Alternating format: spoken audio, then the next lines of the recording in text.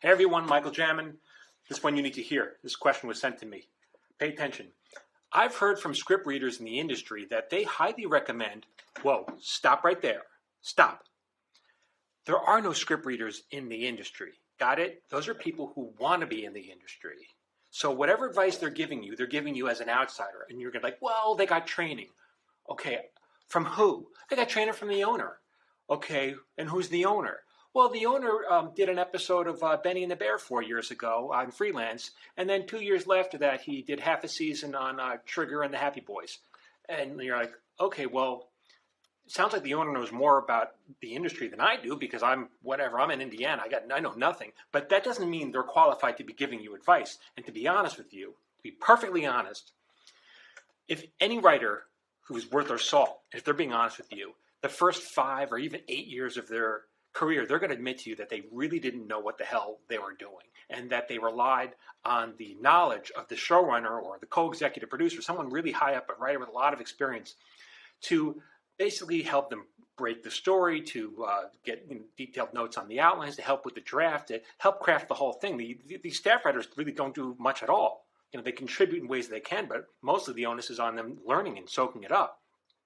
And so I know that was the case for me. First 5 years, I was like useless. So to get advice from someone who maybe did it for a couple of seasons on some show, again, I'm not sure if that's the best person to be giving you advice. Now, if you could find a script reader or a service, you're getting notes from a retired writer, 65 or whatever, and he or she worked on on a lot of shows, made a living out of it. If you can find that person to give you notes, hell, that's worth the $2,000 or whatever the hell they're charging you. But I'm going to read this. I'm going to continue because this is some frightening advice. Be wary of who you're getting the advice from. And by the way, if you can find someone, so maybe you got a young guy. All right, like I said, they worked on a couple episodes, or maybe they did a season on The Sopranos, and you're like, wow, Sopranos is a great show. They must know what they're talking about. Again, no. The showrunner knew what the hell they were talking about, and the upper level writers know what they're talking about, and they help guide this young baby writer. It's like, just because they were on one great show doesn't mean they're really qualified to be telling you anything other than how to scratch your ass. And do you really need help scratching your ass? So let me continue. I've heard from script readers in the industry that they highly recommend having a happy, uplifting ending to your pilot script. Okay, so now you just paid $2,000 to have someone read your script to tell you they highly recommend having a happy, uplifting ending to your pilot script. Why? Like, that's the dumbest note you just paid $2,000 for. Why? Like, if your pilot script is for the Disney Channel, sure, yeah, they're going to want happy, uplifting. But if your pilot script is intended for FX or HBO, they don't want a happy ending. The only happy ending they want in your script is if it takes place at a brothel in Vegas on a massage table. That's the happy ending they want, right? Okay. So be wary of the kind of tips you're getting.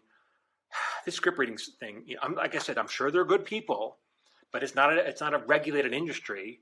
So how do you know if you're getting good advice? One of the most valuable things from this course that I offer is that, I go through the process of how we break stories and how professional writers do this so that you can give yourself your own notes. And of course, there's going to be subjective things that you're like, well, should I do it this way or that way? And well, that's your opinion. You get to choose whether you want a happy ending or a sad ending. You get to choose. So, but honestly, you need to learn the process. The process will help you give yourself your own notes. But lay off the script readers for a while. You're going to give me a heart attack, okay?